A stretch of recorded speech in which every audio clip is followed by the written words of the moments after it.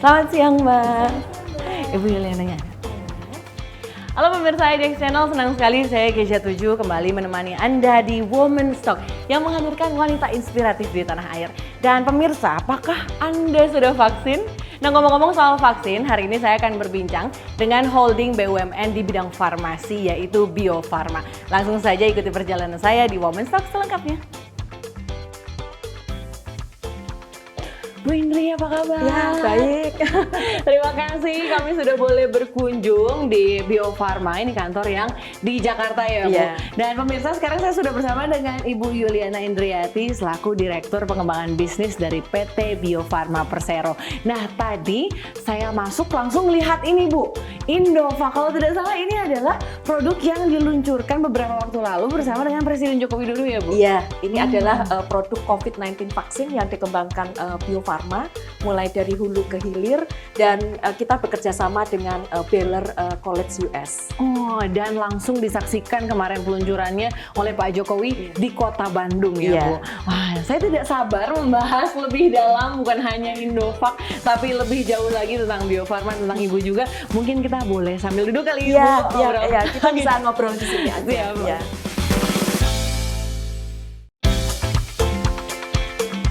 Pandemi COVID-19 telah membuat Bio Farma Group terus melakukan transformasi digital dalam bidang kesehatan dengan berupaya untuk menghasilkan berbagai inovasi produk-produk digital healthcare. Hal ini dilakukan agar memudahkan masyarakat dalam mengakses layanan kesehatan. Sebagai holding BUMN industri farmasi, Bio Farma tentunya berkomitmen untuk memberikan layanan yang lebih efisien dan personal kepada para pasien. Langkah tersebut juga dapat memungkinkan masyarakat untuk mengakses informasi kesehatan, pengobatan, dan pemantauan diri dengan lebih mudah dan cepat. Sejauh ini bentuk digitalisasi yang dilakukan oleh perusahaan meliputi transformasi proses bisnis serta digitalisasi layanan untuk masyarakat luas.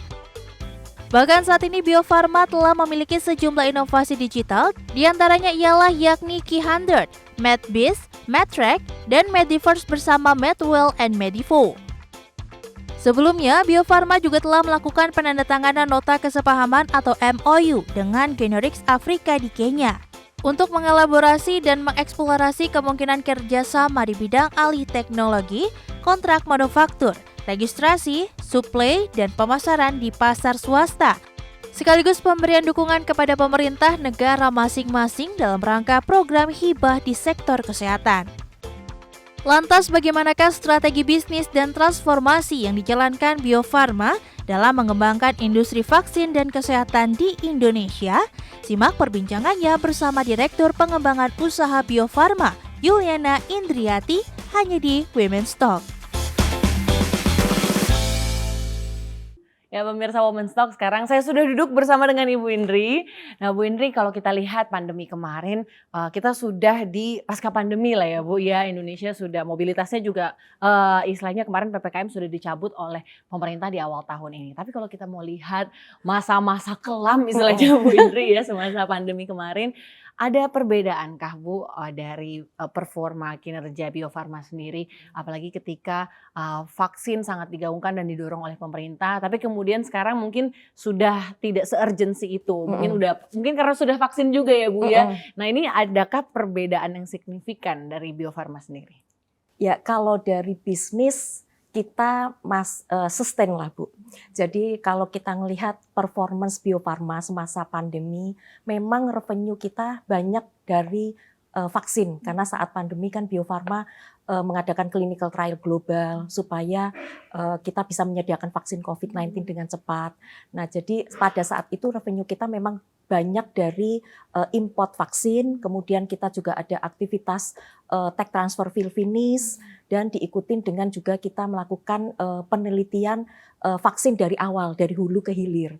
Jadi memang kita pada saat pandemi itu inovasi kita lebih banyak untuk gimana caranya mempercepat adanya vaksin beserta dengan medical device seperti misalnya untuk PCR, reagen PCR. Nah, dan revenue kita memang majority datangnya dari vaksin untuk penanganan COVID. Dan setelah kita sekarang sudah pandemi ini dicabut, kita revenue-nya tetap karena bedanya dulu itu dari COVID-19, sekarang kita ke National Immunization Program. Yang dulunya vaksin agak terhambat karena lebih fokus ke COVID-19, sekarang kita mulai memenuhi vaksin untuk imunisasi pemerintah, baik itu di Indonesia maupun di global karena Bio Farma sudah memasukin 150 negara di luar Indonesia. Jadi ya kita sustain baik itu pandemi maupun non pandemi, sustainability dari bisnis kita tetap, hanya fokus di dalam penelitian dan revenue yang kita dapat itu berbeda dari mana vaksin yang akan kita lebih fokus untuk marketing dan inovasi. Oke, tadi sudah ada lebih dari 150 negara ya, Bio Farma sudah masuk ke pasar-pasar internasional. Kalau mau melihat potensi vaksin-vaksin lain, Bu, apakah bagaimana pertumbuhan atau potensi dari bisnis vaksin sendiri secara general ke depannya, Bu? Apalagi melepas pandemi kemarin ada yang berpikiran mungkin, wah industri vaksin sekarang seperti apa nih? Apakah kemudian semakin potensial atau justru turun dari pandangan Ibu seperti apa, Bu? Kalau kita melihat sebelum pandemi, Bio Farma is the one manufacturer in Indonesia. So actually Bio Farma is a leading manufacturer of the vaccine. Dan juga Bio Farma is number one rank in the vaccine manufacturer. After that is multinational kayak MSD, GS, Glaxo. Tetapi setelah pada saat pandemi itu vaksin itu kelihatan sangat penting karena ini untuk preventif seperti itu. Nah kemudian bermunculan vaksin manufacturer yang baru sebetulnya. Jadi kalau kita ngelihat memang industri vaksin ini menarik karena timbul yang tadinya Bio Farma sendiri sekarang udah ada kira-kira 3-4 player yang baru, manufacturer yang baru di Indonesia. Oke, jadi justru kemudian pandemi istilahnya menambah awareness masyarakat bahwa oh ternyata vaksin ini jadi salah satu langkah preventif gitu ya Bu ya. Dan akhirnya orang lebih familiar dengan vaksin dan lebih willing mungkin ya Bu ya. Itu justru jadi potensi gitu bagi Bio Farma sendiri memang sudah jadi leading. Tapi ngomong-ngomong soal leading Bu, Bio Farma sendiri kan memang selalu selangkah di depan ya Bu terkait dengan bidang farmasi. Apakah ada tantangan atau sebetulnya tantangan apa dalam bisnis bidang farmasi sendiri dan inovasi dalam mengembangkan inovasi-inovasi yang ada seperti apa? Iya, kalau kita lihat vaksin itu kan life science bisnis. Life science bisnis otomatis inovatif pun harus cepat muncul di market. Jadi tantangan untuk vaksin manufacturer ataupun life science product adalah dana yang sangat besar untuk kita menciptakan inovatif vaksin yang baru. Misalnya sekarang di dunia itu nggak ada TB vaksin, di dunia belum ada TB vaksin, tapi kenyataannya TB kasus di Indonesia itu nomor 2 di dunia. Dan ini kalau kita ngelihat betapa pentingnya ada TB vaksin supaya cases TB ini berkurang karena Indonesia nomor 2 di dunia. Nah ini dan juga kalau kita melihat betapa pentingnya vaksin untuk anak-anak. Jadi kalau kita melihat vaksin yang ada di pemerintah itu ada 14, berarti kan anak-anak tuh disuntik berapa kali gitu. Nah inovasi yang ada di Bio Farma ya TB vaksin, kita harus gimana caranya kita bisa cepat in the market TB vaksin karena ini kasusnya naik terus. Yang kedua, gimana kita membuat vaksin yang banyak itu, tetapi sekali suntikan kita udah bisa mengcover misalnya kayak hexavalen seperti itu. Jadi memang Bio Farma terus berinovasi dalam vaksin. Jadi kita juga melihat gimana vaksin itu yang sangat dibutuhkan tuh apa di Indonesia terutama dan dunia khususnya karena Bio Farma ini sekarang tidak hanya produksi vaksin untuk di Indonesia, tetapi juga di dunia. Dan kalau kita melihat di dunia itu kan ada folio vaksin, 70% supply global itu datangnya dari Bio Farma. Kalau bicara tadi Ibu Indri sempat sebutkan bisnisnya rushing dengan ketersediaan yang ada, harus cepat juga Bu. Bagaimana teknologi kemudian berperan Bu? Kalau dilihat di Indonesia apakah teknologi yang mumpuni ini sebetulnya sudah ada atau mungkin seperti apa peran teknologi ini menopang percepatan dari bisnis bidang farmasi? Iya, jadi kita kembali lagi nih ke zaman pandemi. Di zaman pandemi itu belum ada COVID-19 vaksin pada saat itu. Tapi kita harus cepat karena ini kan menyebarnya secara cepat. Nah di situ itu kita banyak belajar pandemic preparedness. Jadi kita belajar pandemic preparedness, teknologi apa yang kalau ada terjadi pandemi kita harus cepat untuk mengantisipasi. Jadi dengan itu Bio Farma sekarang menguasai seluruh platform dalam vaksin. Jadi ada beberapa platform, misalnya ada inactivated, ada protein rekombinan, kemudian ada mRNA, viral vector. Nah ini yang semua ingin dikuasai oleh Bio Farma. Sehingga misalnya kita sekarang perlu TB vaksin, platformnya itu udah ada. Tinggal kita masukin ke antigen di dalam platform itu. Jadi memang sekarang kita fokus untuk pengembangan ke TB vaksin, ke hexavalen vaksin, sehingga sekali kita memberikan suntikan vaksin itu 6 antigen sudah tercover. Luar biasa sekali, menarik pemirsa. Kita akan lanjutkan perbincangan kita bersama dengan Ibu Indri sesaat lagi, tetaplah di Women's Talk.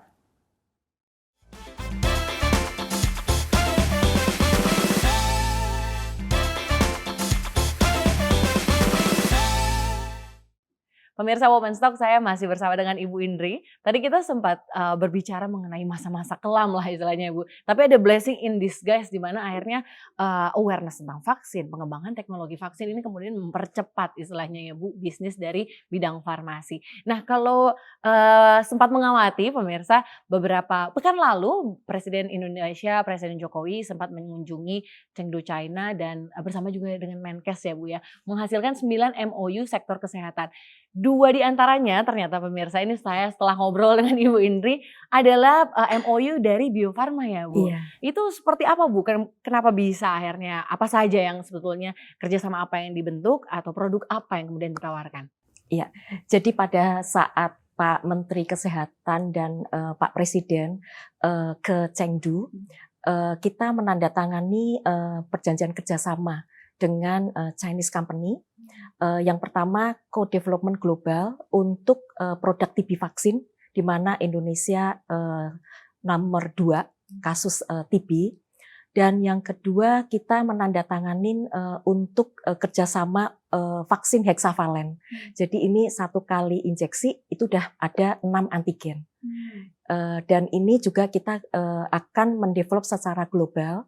Jadi nantinya di Bio Farma akan diproduksi vaksin hexavalen dan kita akan langsung memasarkan secara global. Oke, berarti vaksin yang hexavalen tadi ini yang ditujukan untuk anak-anak ya Bu ya? Iya. Oke, mungkin pemirsa kalau kita berkaca dari pengalaman kita ya, dulu kita kalau vaksin waktu bayi itu harus sampai 6 kali demam ya Bu.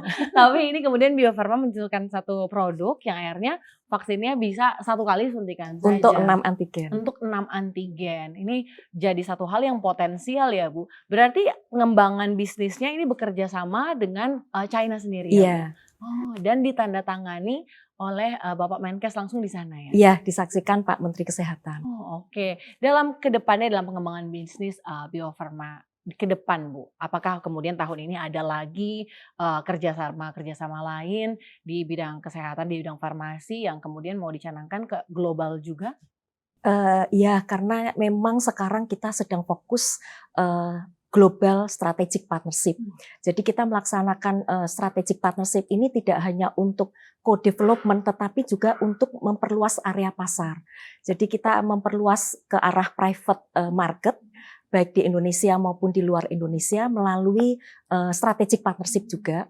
Seperti halnya kita memperluas ke negara Afrika seperti Nigeria, Kenya, South Africa, itu kita juga melalui bilateral partnership. Jadi yang akan kita tandatangani dalam waktu dekat, kita akan menandatangani beberapa partner kita yang di luar Indonesia supaya private market di luar Indonesia kita juga semakin besar share-nya. Yang lebih besar karena memang Bio Farma sendiri sudah memegang istilahnya pasar di 150 negara lebih ya Bu ya. Jadi ini sebetulnya jadi satu potensi juga buat Bio Farma ketika kemudian ada satu peluncuran produk yang baru ya Bu. Nah dalam perjalanannya apakah sejauh ini sudah ada berapa banyak produk Bu yang dimiliki oleh Bio Farma? Mengingat Bio Farma sudah berdiri begitu lama dan ada bagaimana Bu besarnya biar itu tergambar?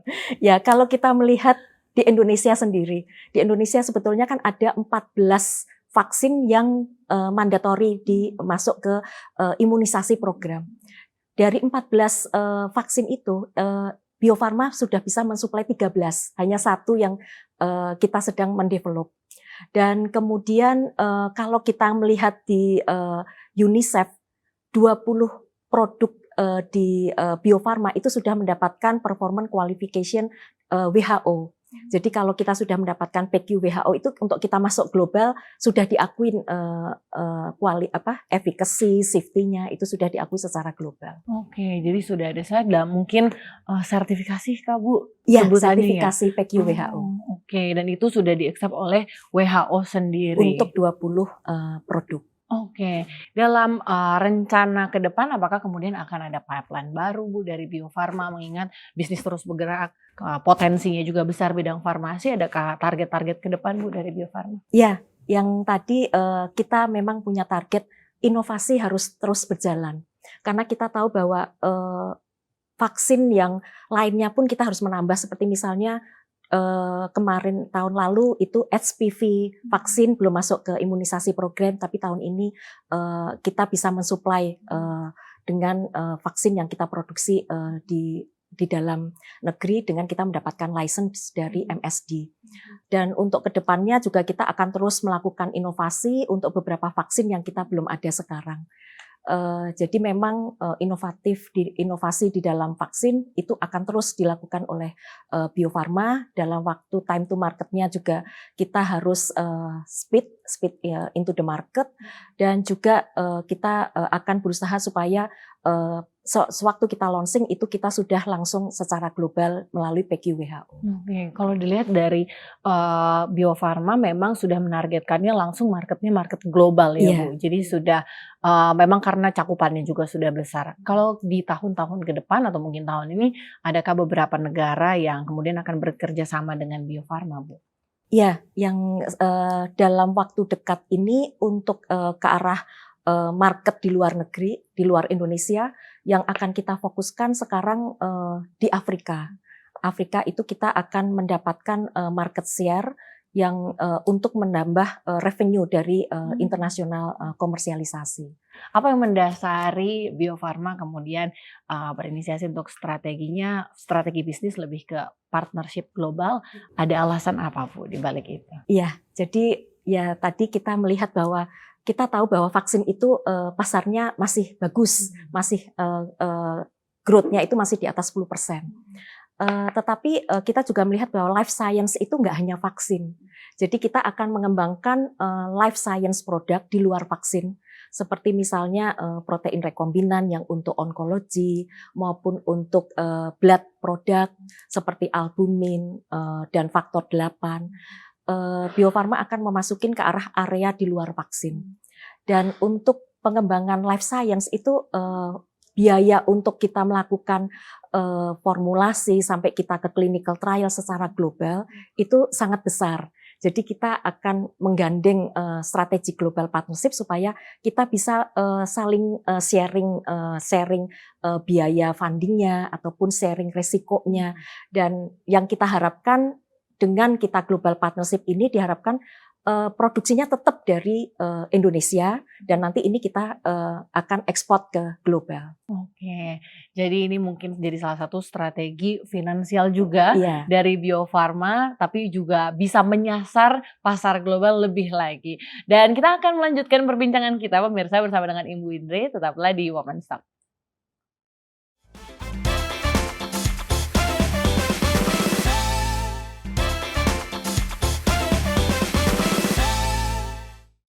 Pemirsa Women's Talk, kita sudah di akhir segmen dari program ini. Tadi kalau kita bicara banyak sekali tentang Bio Farma, dan di segmen kali ini kita mau bicara lagi lebih dalam justru pada sosok Ibu Indri sendiri.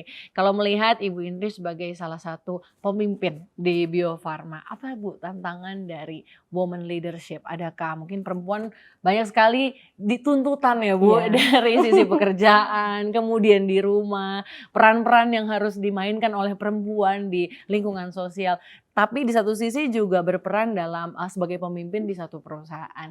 Ibu melihat ini seperti apa? Ya, kalau kita melihat memang kita itu bekerja harus secara profesional.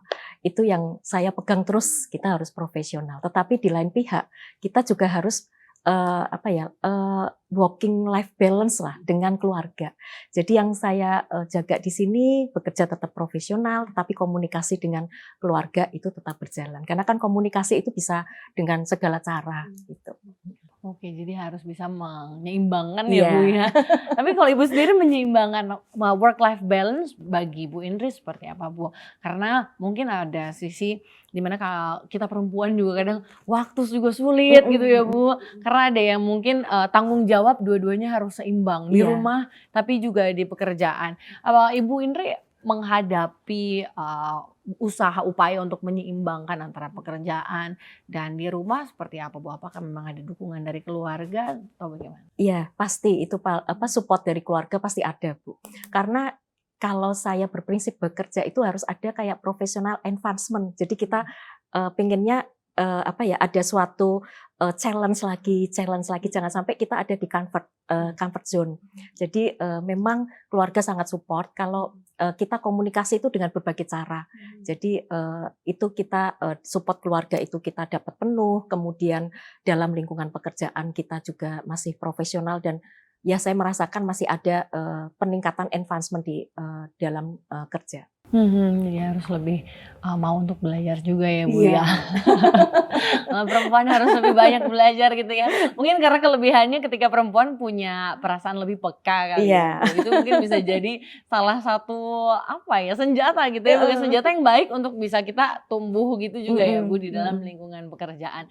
Kalau melihat peran wanita di Indonesia di lingkungan pekerjaan, Ibu melihat apakah kemudian perempuan ini punya peran Bu? Apalagi dalam ekonomi secara luas, dari Ibu bagaimana? Kalau kita melihat misalnya di lingkungan BUMN, ini banyak sekali para leader ini adalah perempuan.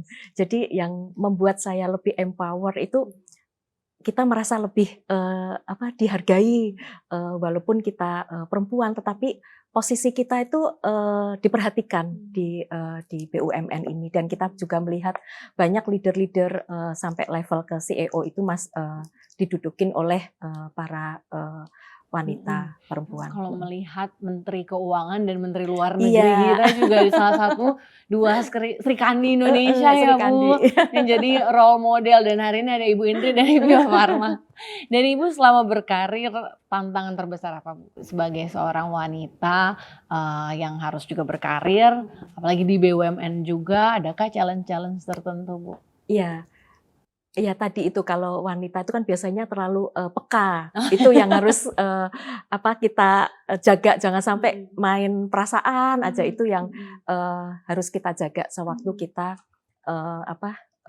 berkarir secara profesional. Dan juga kalau dalam saya bekerja itu saya selalu mempunyai impian gitu loh, impian itu saya selalu ingin raih impian itu dan ya dengan dibarengin dengan doa. Oke, apa yang membuat Ibu selalu semangat sampai hari ini? Ada prinsip yang Ibu pegang kah? Atau ada satu role model yang Ibu miliki, Ibu Indri sendiri selama berkarir, selama hidup? Ya role model pasti ada. Ya karena kita akan bisa sukses kalau kita punya role model yang kita kagumin itu. Jadi kita ada role model, ada impian, kita harus seperti role model itu. Iya. Jadi ada arahan juga ya Bu ya. Iya. Sembari mencari keunikan sendiri. Kalau bicara keunikan sendiri, Bu Indri ada keunikan dari leadership Ibu nggak di kantor? Atau Ibu Indri mungkin punya cara-cara tertentu dalam memimpin tim? Ya. Kalau saya merasa dalam saya bekerja selama ini dengan tim, saya berusaha untuk menyamakan saya sama. Jadi memang kalau kita bekerja itu harus teamwork yang sama dan juga dengan sangat detail. Kalau saya memang orangnya sangat detail sampai tim selalu bilang, wah kalau ke Ibu pasti harus detail. Jadi ciri khas ya Bu. Baik, sebelum kita menutup Ibu Women's Talk kali ini, Ibu ada quotes yang dari Bu Indri, quotes spesial buat Women's Talk pemirsa IDEX Channel. Ya itu kalau kita ingin sukses ya kita harus mempunyai dream, kemudian kita harus dengan doa dan harus kita lakukan dengan ambisi untuk mencapai dream kita itu. Oke, jadi jangan nanggung-nanggung pemirsa. Kalau punya mimpi jangan ditahan-tahan. Kalau kata Ibu Indri harus dikejar dengan ambisi. Terima kasih Bu Indri atas waktu dan kesediaannya. Pemirsa, itu dia bincang-bincang kami bersama dengan Ibu Indri. Dan semoga ini bisa jadi inspirasi buat Anda, inspirasi bagi rekan-rekan IDX Channel. Sampai berjumpa di Women's Talk selanjutnya. Bye-bye.